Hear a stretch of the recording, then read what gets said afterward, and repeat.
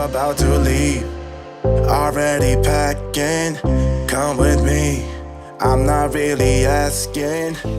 Now with with our audience, but we also have some point people from the Architecture 302 studio that executed a similar project based on inspirations from the work and presentations of Doron at the start of the semester, and also Wes Jans, who was here with us. And since then, that project has continued sort of into the semester. So we wanted to kind of pick up, you guys come on up. And we need one more chair, I guess. Jack, what are you doing? Jack. Are you not doing it? This them too? All right. It's part of your 35-hour promise to move on? Okay.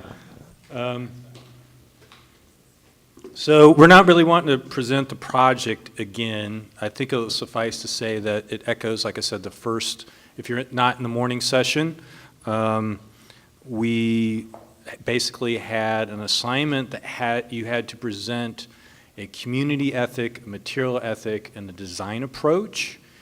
And it was an exploration into what is kind of the role and responsibilities and potential of architecture. Who do we serve? I think much to, again, like what Humboldt's been talking about, and the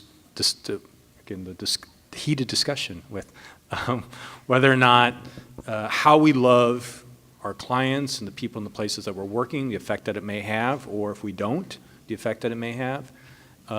We've continued on, and we went to Boston and Chelsea, and we're working with a community that's also very underserved, an immigrant community. It's been exploited mainly by industry and other people that don't live there. So to Jack's point, the kind of the fly-in, the gods must be crazy in Chelsea is sort of what we're dealing with right now. So with that, anybody can start off.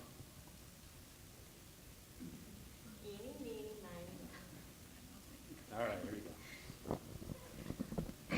All right, so the biggest kind of social problem that our studio is struggling with right now with our project is that like the theory of like the appealing city. And so people pay for a more appealing city to make a city, people pay for an appealing city, and to make a city more appealing, undesired things have to be hidden or moved. Unfortunately, some of these things are people, and because they can't afford this appealing lifestyle, as an architect, we have to build what the people want with money for this affordable city. So we are an instrument in the creation of the appealing city and are partially responsible for this displacement. And because we need money to design things, it's hard for us to help the people who actually need social justice, and without private investors. So the people of Chelsea, for example, are hidden within an undesirable industrial area outside of Boston, and since this land is undesirable, it is cheap, which is why it is the gateway community for many Latino immigrants and people with low income. And since in Chelsea there is not much being done for the community besides a few noble nonprofits such as Green Roots, and even if there was a private investor, to invest in this rehabilitation of Chelsea, it is safe to say that it wouldn't be for the people of Chelsea, but to make it a more desirable place for the people and developers who would like, developers who would want money from the people living there, which people of Chelsea right now can't give them.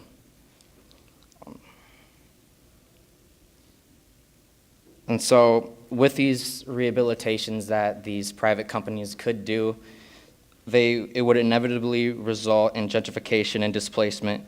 And there are many places experiencing this dilemma and in need of social and environmental justice, but there's no clear solution of how we can really get it to them.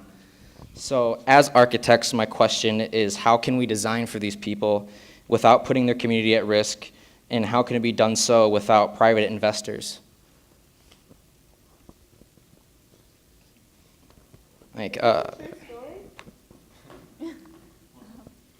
It's more so of like it's kind of how in a nutshell, it's like gentrification. It's like an everywhere story. Yeah. Like, what should architects do? Because we're in this battle between getting paid or like doing the right thing. Jack? What should architects do? Get rid of in-car, get rid of PA, don't subscribe to those things, don't support what we want to do. That's revolutionary, but don't subscribe. This is a real place.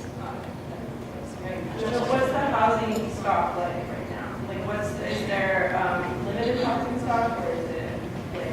It's a bunch of triple deckers, and majority of the people are renting and not owning, which is one of the big problems, which puts them at risk for a changing community like Chelsea. So historically, Chelsea used to be an affluent neighborhood actually within Boston. However, there was the Chelsea fire, and so it completely got rid of majority of the original buildings and the architecture, and there were affluent houses there, but now the houses that were created after the fire are, from the outside, they are very big, like they're triple deckers. However, in that one house, there could be 3 to 6 families potentially living in that house. And so it's known as one of the most densest communities also in the Boston area as well. And demographically, it is 2/3 of the population is Hispanic. And although the census claims that there's around 36,000 residents in the area, when we went to talk to the city planners, and from what they've heard from policemen, they've said that potentially they think there's over like 20,000, 10,000 people extra. So now we're talking about a community where there are potentially maybe up to like 50,000 or 60,000 people. And so we have, as a studio project, we're trying to figure out how to provide affordable housing for the people who are already there, who are in need of the affordable housing that's so limited in the area, and how do we do that without potentially gentrifying the area, since it is also a spot where people are eyeing to reclaim or just take the land to sell it to a more richer clientele and just family-wise. And so there are, from the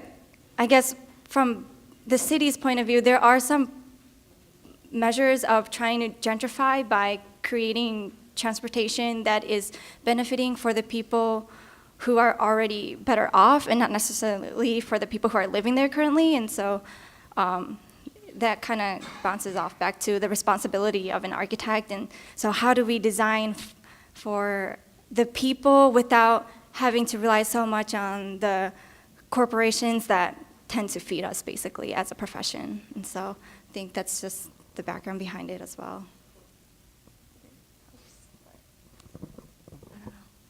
It's a history of heavy industry, right? Right on the Chelsea Creek, which is made to the ocean stuff. There's all these oil drums, massive salt mine, and this industry is right on the edge of this housing, and that's part of why it's cheap. So if we're playing SimCity, this is like the houses next to the industrial zone that are covered in the gray smoke.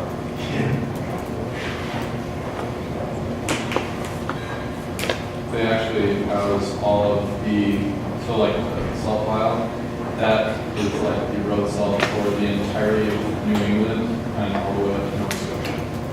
They also have one of the area's largest produce depots that service the entire area, as well as ethanol and gasoline, diesel fuel.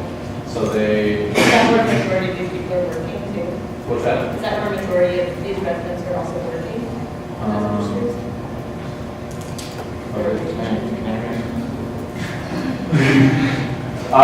No, a lot kind of the work is in, apart from like small businesses like restaurants and tiny things in Chelsea, a lot of people living there maybe commute back and forth to Boston. So it's kind of like the burden of industry has kind of just been plop down in Chelsea's backyard because the residents there historically, being that it's kind of a gateway community, haven't had the agency to say, hey, this is the hell on our backyard. So that's kind of like a problem that they're facing in Chelsea itself. It seems like public transportation would serve this community then. I don't know. It seems like public transportation would serve this community then most of them are concerns. It's just the fear that their population would not have access and property value would rise. Yeah, I think that's also part of it. Like, by adding amenities also into the area, it also raises the land of the area. And so we're wondering, like, if that's also contributing to the aspect of gentrification I don't too. know, I think we know. We know, yeah. Every other city in America has to tell us that. I mean, as architects, we can also work with organizers, what kind of rules can be put in place to make sure that doesn't happen? Like, what kind of things do you safeguard to make sure that people aren't pushed out, if they're going to live there, like, that's a good question I have, like, how much of the architectural practice is also really organizing and outreach? Advocacy and policy work, Yeah. getting into it. It's like being on the chair, being in the chair of the pavement and changing the notes, like protecting the community with that. But they used to have control in the city.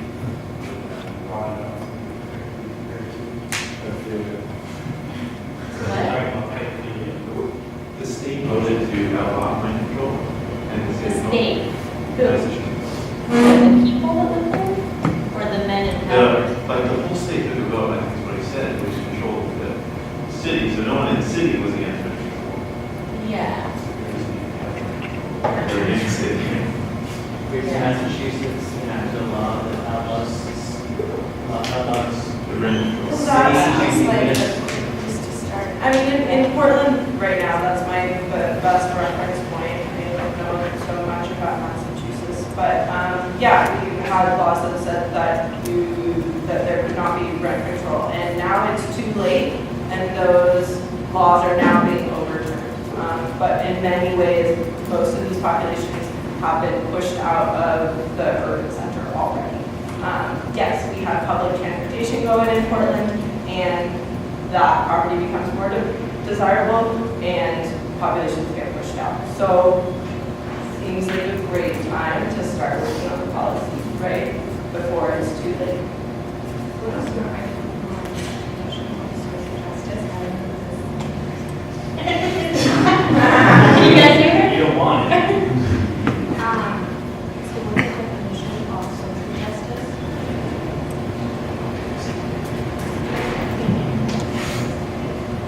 What is your definition of social justice? We're all equal, we all deserve equal opportunities. How do we create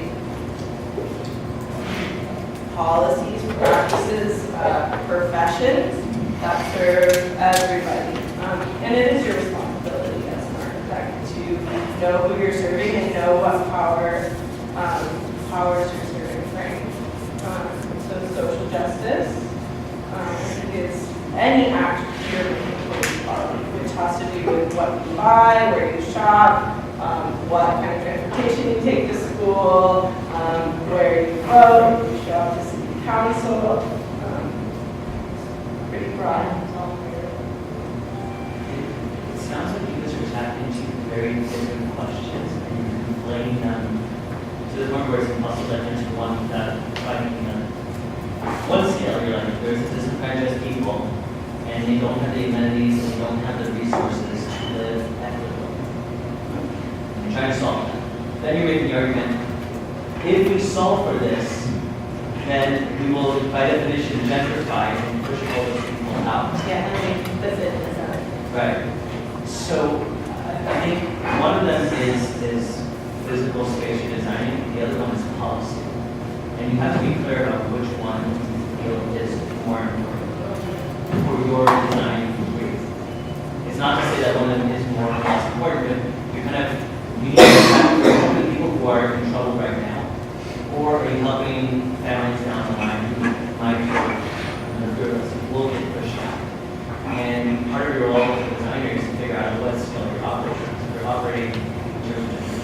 policy driven planning is a different scale than designing for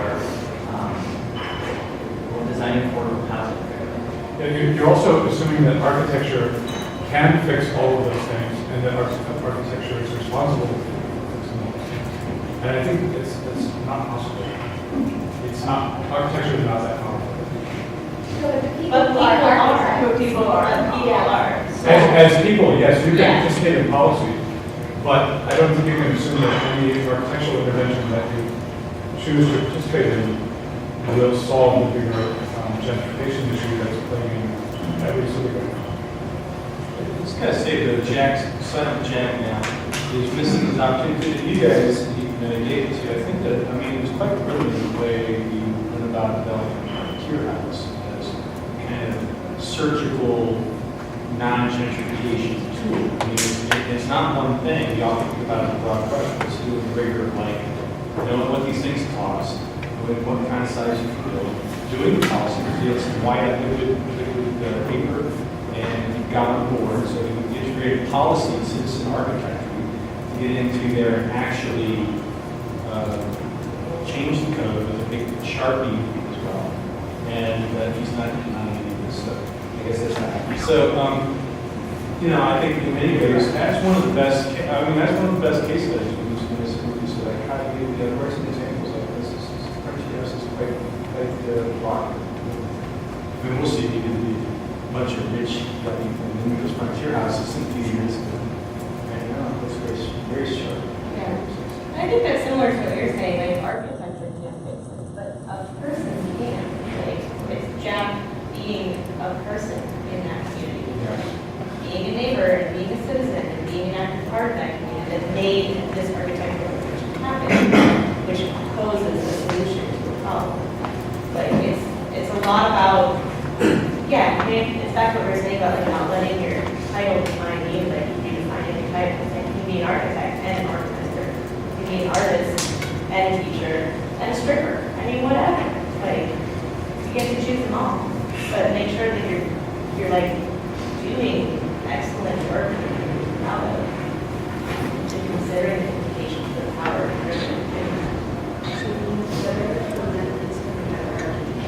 yeah, be a better human, and it's going to make you a better architect. The thing is, when you do better architecture, it doesn't necessarily help you to do better human. So you need to have a better education system than this sort of better architecture system. Yeah, but that's a slippery road. That rationale, you're not going to be able to solve anything because you can always find the steps that lead to the disaster. And at a certain point, especially in an academic setting, you just have to make a choice and say, okay, I can't solve everything. What's most important? Let me solve that. Just fall where they may. If you get into this dangerous territory of if I do this and this and this and this and this, you'll never get to step 2 because you're already trying to solve step 1 and 7.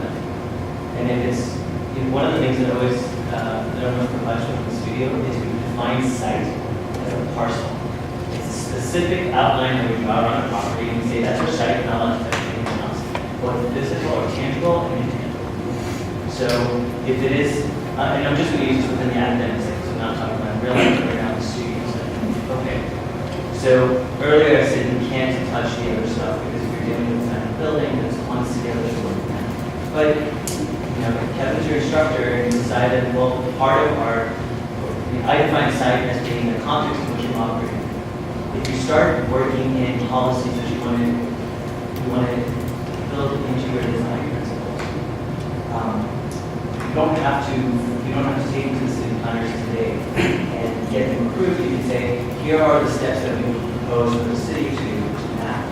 On top of that, here's what we're designing within those principles, and we'll see what happens. But it feels fraught to try to solve everything immediately and pre-plan for all the inevitable disasters that will come along with it. We want to say that the land isn't polluted, and when we go to actually construct it, we realize that it's unbuildable. We run out of time for that as well. Does that make sense? And also when we're talking about the site, people can say, this is the property line that I can deal in, and most people can think about the surrounding neighborhood. And then sort of like more than what you see, and also there's like computers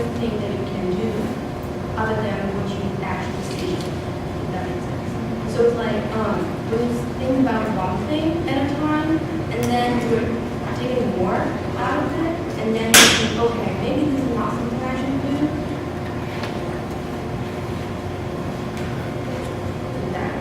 What are you doing for it? In the world. Because when you do something, it's out of control. Yeah, and I think that's really worthwhile. I think that's a implied question with everything. But I also believe that if you're going to work hard and like keep good intentions and keep your community keeping you accountable, like it's a good system for at least being able to try. And you gotta feel like you can try. And you can fail, and it's okay. And then you try again and try better ways.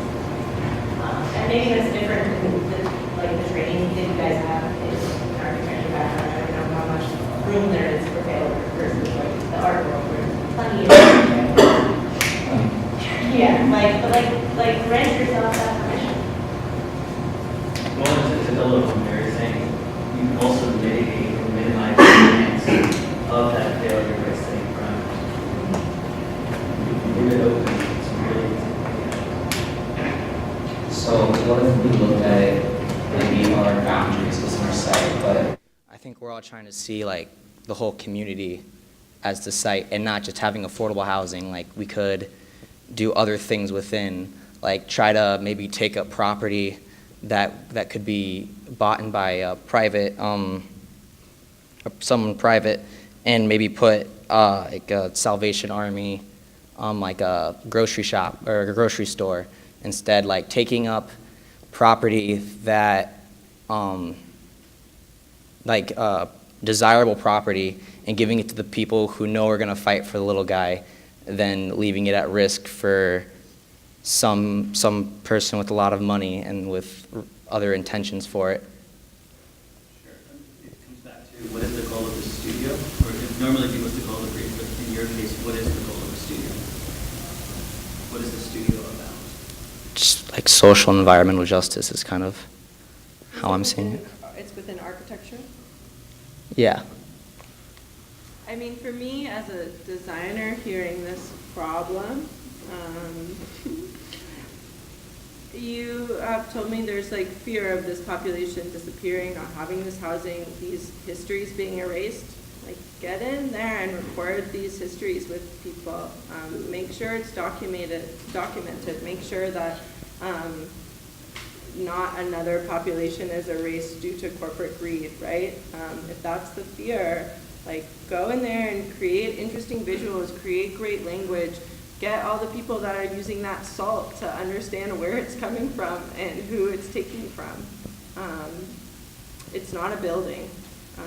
Is it a public exhibition? Is it a booklet? Is it a website? Is it a campaign? I don't know, but if the fear is that a history is going to be erased, that a population is going to be erased, well, you have an opportunity right now where it still exists. Can you give it a voice? Can you give it a voice? Can you do work to preserve it, at least in some capacity?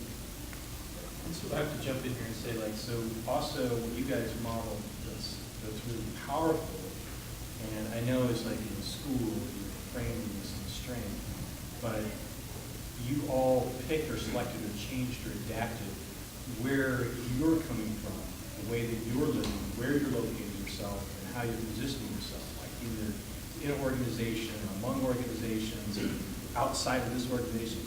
So one of the things that doesn't really get added in the kind of bigger scheme of this when you think about the project is, so what would you do, how would you define a practice so that you can be able to take on this project? Like, what would put you in the best position to take on this kind of project? And so if you're coming from a big giant firm that's going to do God's must be crazy kind of activity, or put a bunch of men in charge of the women's perspective, you might be, right? So it starts even like, it's like in that larger system that define the site. It's not just a neighborhood, but the site comes back to your own site. I think that's what you And what can you be learning now that will equip you to deal with that as a professional out in the world? Like, what can we start learning about organizing, about policy, about unions, about all of these like ways we have to protect our communities and our workforces, and how can you incorporate that into your practice as an architect? Like, that's radical, that's cool. And I don't, and I think it sometimes feels hard to access, but we have the internet, anything's possible. And you have each other, and you have us. If you decide, if you decide that you care about people being able to afford to live where they've lived for a long time, or where they, having affordable housing close to where they are working, you could decide you don't care about that. One thing I was just thinking about is partnering with people, right? We were talking about that earlier. And Iowa used to have a 1% for art. Any state money that went into architecture. We had so I was just imagining, what if that 1% went to you all, right? Or someone like Ruby Latoya Frazier, her work. She's done work in Braddock, Pennsylvania. Or like Thomas Hirshhorn, who's done some work involving housing for low-income families. So there are ways to maybe think about, as soon as you start to notice that your practice is going to run into, like you're imagining these points where things get difficult, or you're not sure, who can you partner with that will help you, right, take on some of these other burdens. Interdisciplinary design? That's what you talked about. Nailed it. Yeah. It's amazing what can happen with nonprofit groups and education. There's a lot of, DIY ingenuity that can help us all come together around if you care about these issues. Department of Public Perks. Shadow institutions. So creating your own institution. Yeah, I believe in shadow institutions. So like, you make yourself a seal and you make yourself a logo. It's back to like the jumpsuit and the clipboard, or the suit and the clipboard. And like granting yourself the authority to boss some people around. I have a lot of shadow institutions I work for. The Chamber of Commons, which like celebrates a different kind of resource within a city, but gets away with a lot because we sound like the Chamber of Commerce. Like people don't ask questions, and I wear a nice shirt. Yeah. You can form your own coalitions, bands, and you can bring whoever you want to your team. But you have to know what you want, and you have to be willing to ask, and you probably have to be willing to be uncomfortable. And you have to be willing to like take the ball if you get caught. I think that's a big part of it too. Like, you break the rules. I break the rules a lot in my practice, and sometimes you get caught. You just have to be okay with being like, yeah, I was going to pay that fine. I was definitely trespassing, even though I had the safety vest on. Like, you can break the rules, but you got to follow up. You got to hold yourself accountable. But there's a lot you can decide to bend. And I think in a big city, that's even harder. Like, that's why I work in small towns. There's like a lot less red tape. I can move projects along quickly. And I think in cities it gets much more complicated. I mean, talking about like all the code stuff with your work, like health code, problems. Yeah, it's like, but there's still a lot you can get away with if you're willing to like kind of be feisty about it and like look confident.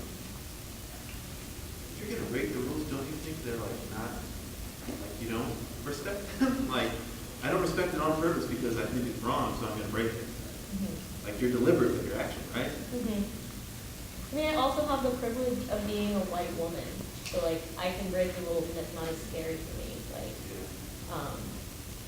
I'm not putting myself in as much danger. Like, I recognize that privilege and I try to use it for good by like breaking the rules I don't agree with.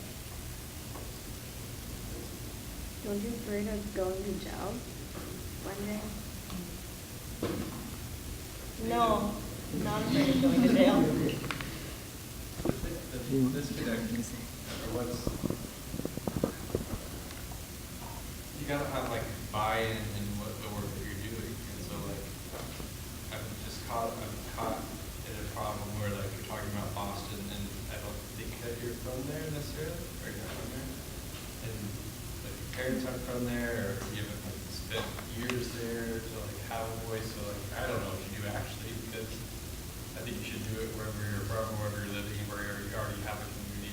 That community can be physical, it can be virtual, it can be how you identify sexually, it can be the community of whatever community you determine. But I think we should do all the work that we're doing in a place that you already have buy-in in, and that you already have like your foot's in the door there for it. Or in a place or you're really move to willing to get someplace to know. and Yeah. get your foot in the door, but that takes duration, time, and trust. That trust isn't just passed around. It could take 8 years to make a trail system.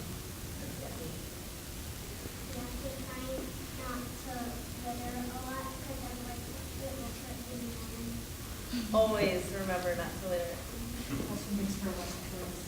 Yeah. Also, you can pick up other people's trash. The Department of Public Works loves trash pickup day. You get a donut. Everybody does it.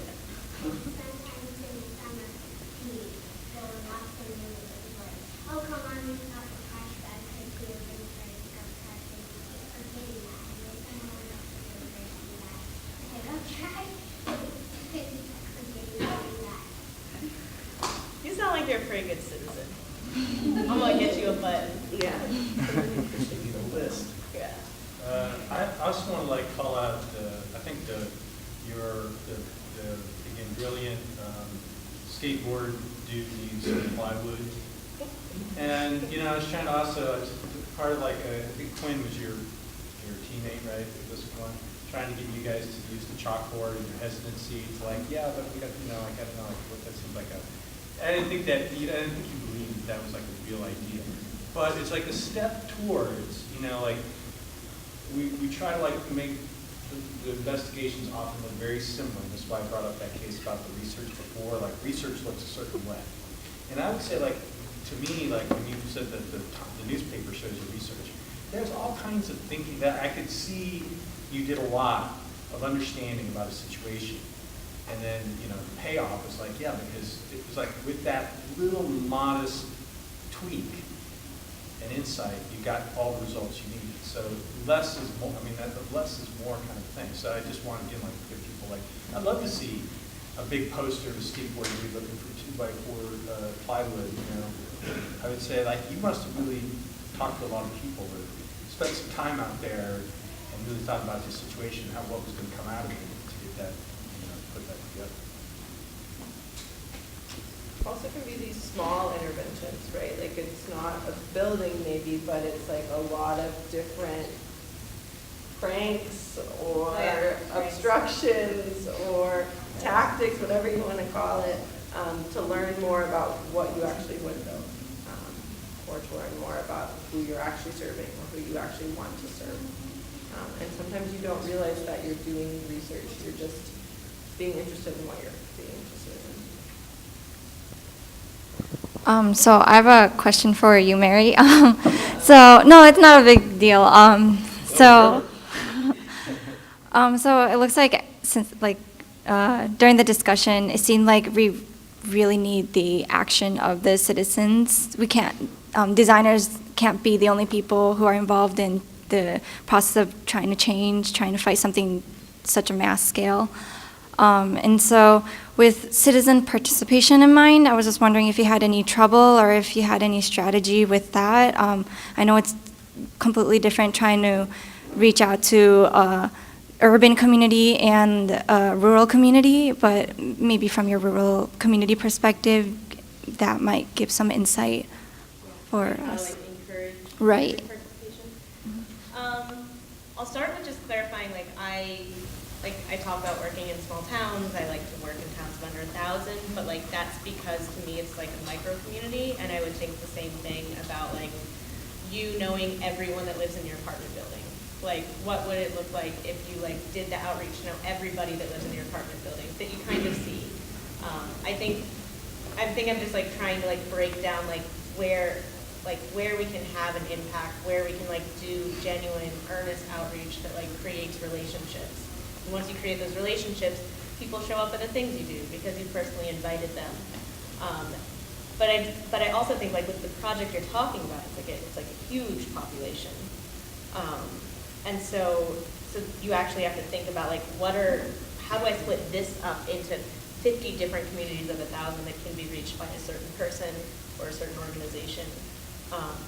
I'm not good at working at a large scale because all of my projects really involve a lot of face-to-face, person-to-person outreach. But I think you can build a coalition of people that can do that work. I think that's a lot like what we were working on in St. James, was finding the 6 to 8 to 10 people in town that could reach out to the neighborhoods that weren't part of the conversation, and could do the translating, and could do the resource sharing, and could do the follow-through.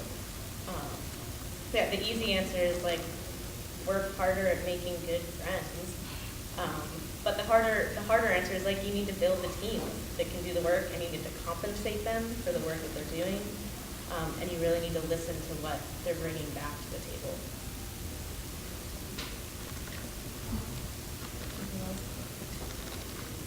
So I think I'm in concern. I mean, I think, yeah. It's about, tap into what's already there, who's already there, and see how you can work with them. I think it's as much about knowing your skill set as understanding what you don't know and figuring out who knows what you don't know. Every month I'm going to a different place and I don't know way more than what I know, and my job is to try to find as many people that know more than I do.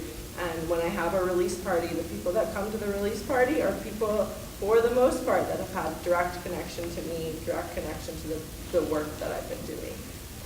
So you can't expect people to show up to what you care about if you don't show up for them and invest in them.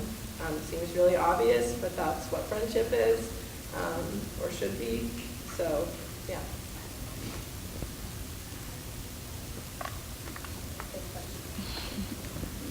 So I'm just trying to figure out,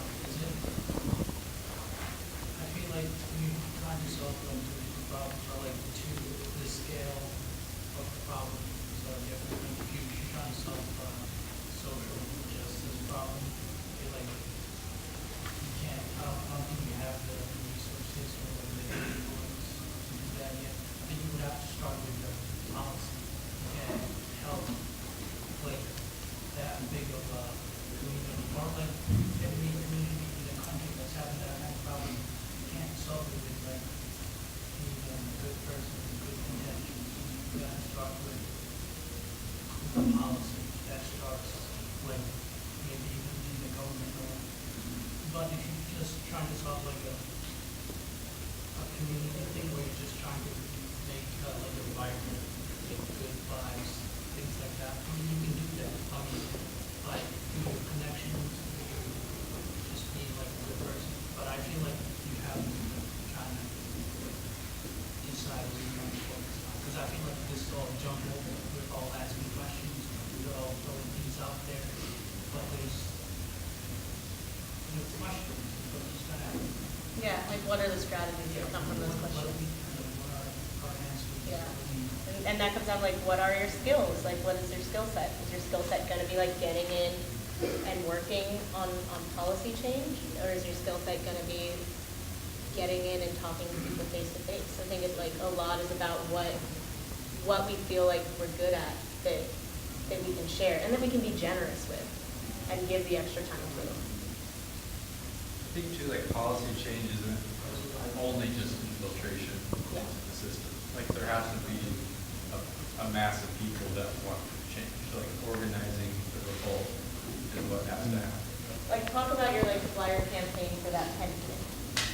You got everyone to vote for money. I forget the thing. Like a tenth of a cent or something. Yeah.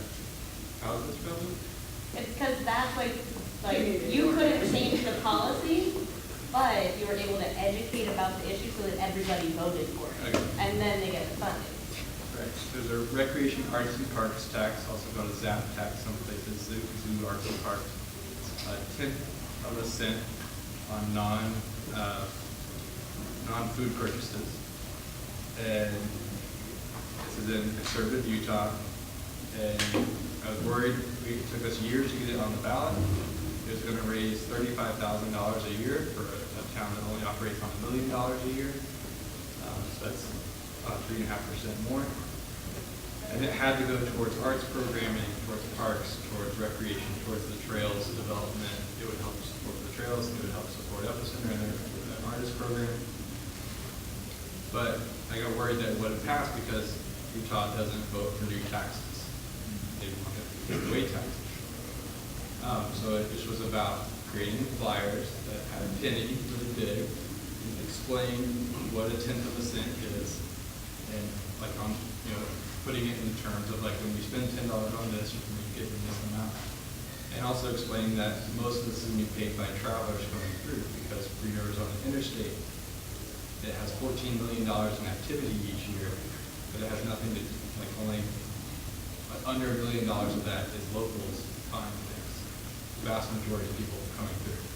So just explaining that, because I had to get everybody to vote for it. And so then we had 60. He didn't have to, but he wanted to have everyone vote for it. In order for it to pass, the citizens had to vote for it. People passing through didn't get to vote. You had to be residents to vote. So 64% of residents that voted in favor of a tax in rural Utah that now generates $35,000 to $40,000 in the city. Right. That Maybe has to go to because our of a funds. flyer, and we could say that that flyer was designed. And it said my name, it said here's my phone number, this is my opinion on this matter, like I'm not representing anybody, it's me, call me, talk to me. Yeah, the small considered actions can have these huge effects. $35,000, that's a huge effect for a town. That's awesome. But it also spent 3 years of meetings with people to get it on the ballot. Yeah. So, it's a lot of we also have a reading list of tactical urbanism. I don't know if urban agriculture is still on there, but a lot of like big, small change, big impact. So I think, again, there's a lot of different ways these kind of intersect of people that are interested in, you think about for the term of the year, I don't know what the current term is, but social design practices where you deal with, the scale, and this also, I think, to Doron was saying, kind of like, you guys are saying, kind of like, well, you've got to be, in a certain way, to take action. It may be small, it can be tremendous satisfaction. If you get burdened by, well, it has to change everything, then, And that's you're not not gonna get out of sad. bed. Yeah, it's not sad, like, well, climate change today, it's going to take at least a week. So, I think that you guys also set a great example for, I was inspired to see everything that you guys have done, and you're driving around and vehicles being evicted, and so on and so forth. So, come on. So for that one day, you had one bad day. Every other day. Does anybody else have anything? So, thank you. What a day. Yeah, tremendous. Really, again, appreciate everybody's contributions. We're going to keep building on this. Hopefully next year this will be more momentum. The symposium, its own small change, big impact, hopefully. We do need a little bit of help we've got to de-install and de-chair and so on. So hopefully not everybody will run off and leave Catfran and myself and something, whatever, but please also network around, eat some chips, and we'll segue out of here. But again, thank you so much. Clear the air.